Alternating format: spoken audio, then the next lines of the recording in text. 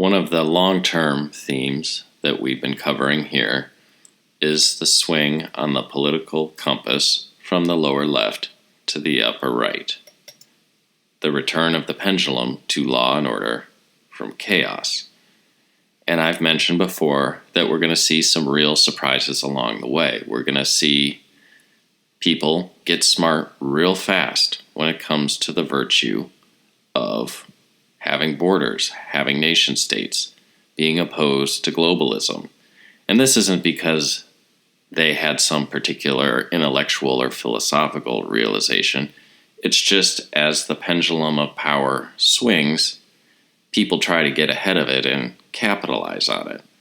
One of the people I pointed out was Mark Zuckerberg, all of a sudden paying homage to free speech.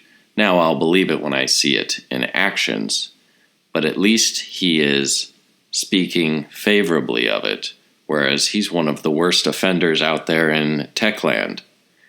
And here we have another surprise. Emmanuel Macron, the president of France, Mr. Globalism, marry your grandmother himself here. So let's look at a couple articles. Here's a surprise. With Emmanuel Macron's popularity in free fall and his allies taking hits, the French president has yet again attempted to appease France's growing populist movement, announcing on Tuesday that he would end a program which allowed foreign countries to send imams and other religious teachers in order to crack down on, quote, separatism. Macron says, "The problem is, when in the name of a religion, some want to separate themselves from the Republic, and therefore not respect its laws." Speaking in the eastern city of Mulhouse, adding that his government would combat foreign interference in how Islam is practiced, as well as how its religious institutions are organized within the country according to France 24. Of note, France is home to Europe's largest Muslim community, estimated at around 6 million, or 8% of the population, and the country has long sought to assimilate Muslim nationals and residents. This is a top-down astroturfing, diversity is our strength thing, and it's designed to bring in cheap labor from the third world to the benefit of the few, and it turns out you can't just replace hard-working Christian Western workers. There was an old Family Guy, actually. I don't know if you've ever seen this episode, but it was making fun of George Bush and the invasion of Iraq. And, you know, the military takes over the country and they farcically proclaim, and then democracy happened. And you see all these third world institutions and these people all of a sudden turning into what looks like California. You know, you have a guy about to get his head cut off by a terrorist, and it turns into a guy, and the knife turns into a barber's blade, and he's just getting a shave, and these women in burqas are suddenly women in bikinis at a car wash, and it just turned into America because George Bush was brilliant enough to think we could do top-down change in the country of Iraq. Now, it's just as ridiculous to think you can import a bunch of third worlders with a medieval sense of religion, politics, and justice, and just put them in Western clothes, and then, you know, here we have another democracy happened moment. It's like, and then integration happened. It just doesn't work. And it's the same mistake, it's just, is it over there or is it over here in the West? And it's funny how a leftist can mock the Bush administration's attempts, but not see their own absurd ideas playing out and failing. So, how's Macron responding to this? He's going to end a program created in 1977 that allowed 9 countries to send imams and teachers to France to provide foreign language and culture classes without any supervision from French authorities. Around 300 imams were sent to France every year by these countries, and those that arrived in 2020 would be the last to arrive in such numbers. The announcement comes less than a month before municipal elections in France, suggesting maybe Macron is just pandering to angry French citizens by adapting his political opponent's nationalism, which is quite possible. He's a politician. He'll talk out of both sides of his mouth. We'll see who he's truly loyal to. We obviously know, but Mulhouse, where he was speaking, is home to a large Muslim community that has been the focus of a French government's campaign against Islamism. The new rules were intended to counter Islamic extremism in France by giving the government more authority over the schooling of children, the financing of mosques, and the trainings of imams, said Macron. And he adds, "We cannot have Turkey's laws on France's ground. No way." So what are these laws? Let's look at some of those. He says, we can't have Turkey's laws on France's ground. Well, here's an interesting law. Turkey moves toward passage of the controversial, quote, marry your rapist law. Under this legislation, men accused of having sex with underage girls could avoid punishment if they marry their victims. This law would effectively allow men to buy their way out of punishment by striking a deal with a victim's family. Since many girls come from poor families, the opportunity to buy your way out of a rape case is high.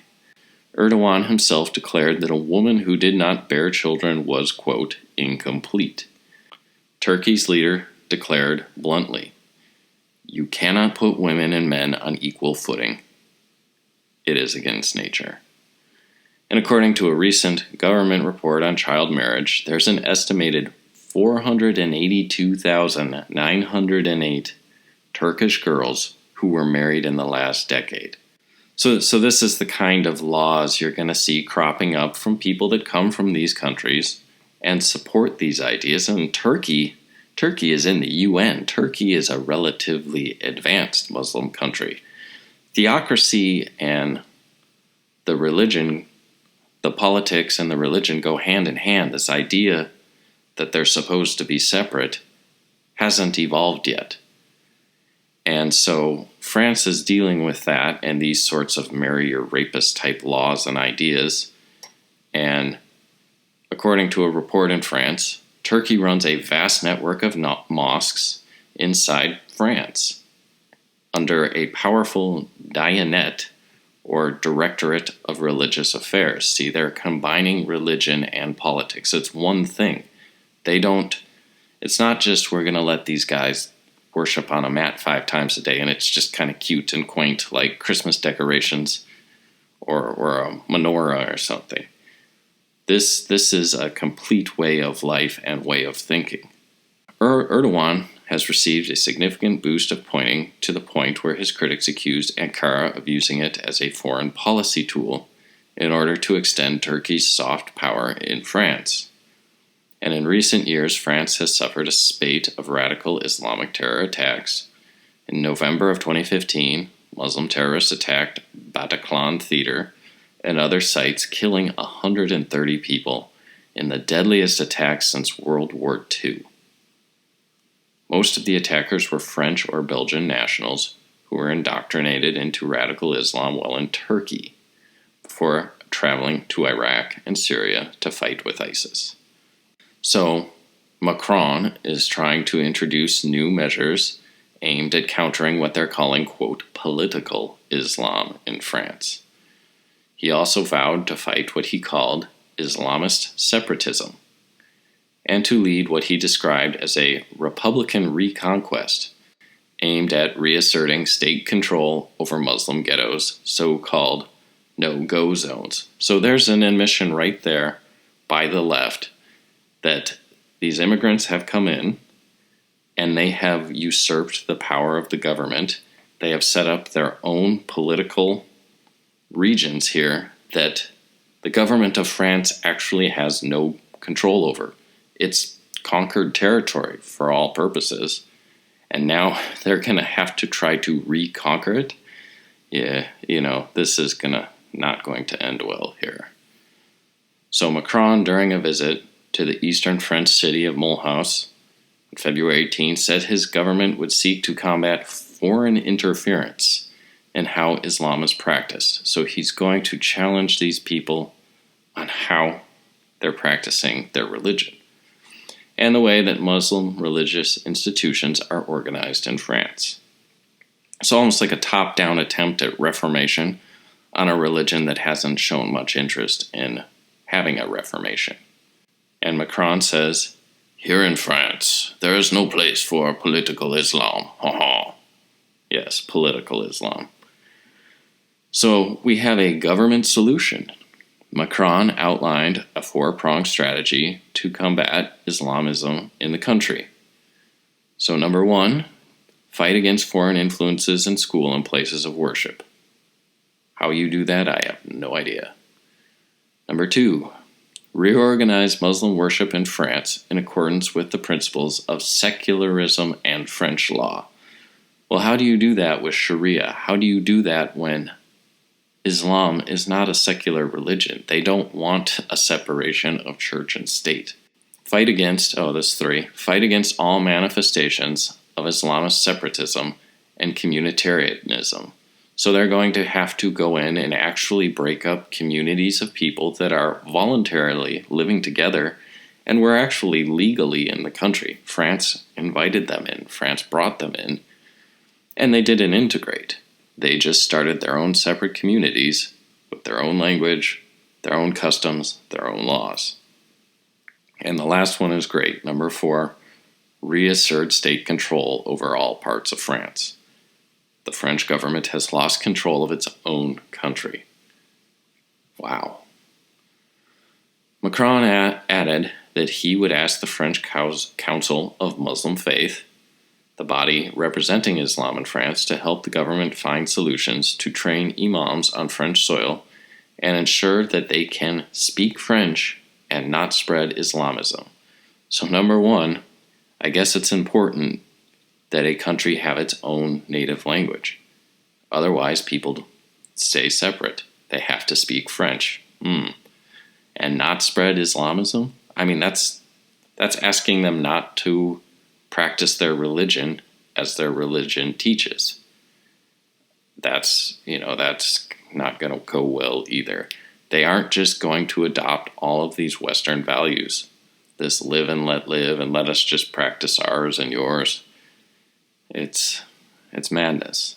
And why does he want this? Well, Macron also called for better integration of Muslims in French society and warned of the dangers of communitarianism, the practice of communities governing themselves in France.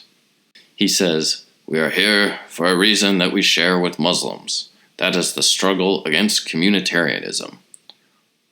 What we must put in place is not, as I have sometimes heard from some people, a plan against Islam. That would be a profound mistake. What we must fight against is the separatism, because when the Republic does not keep its promises, others will try to replace it." I mean, okay, but it's the Muslims that are the ones that are willingly separating it. Those are the ones setting up their own communities. And yet it's not a plan against Islam. You got to really tie yourselves into knots to make this work.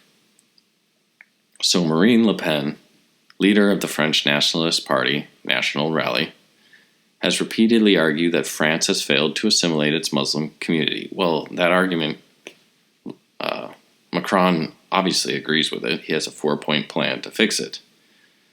And Marine Le Pen argues this jeopardizes the state's secularism, a 1905 legal principle that separates church and state and requires the state's neutrality on religion.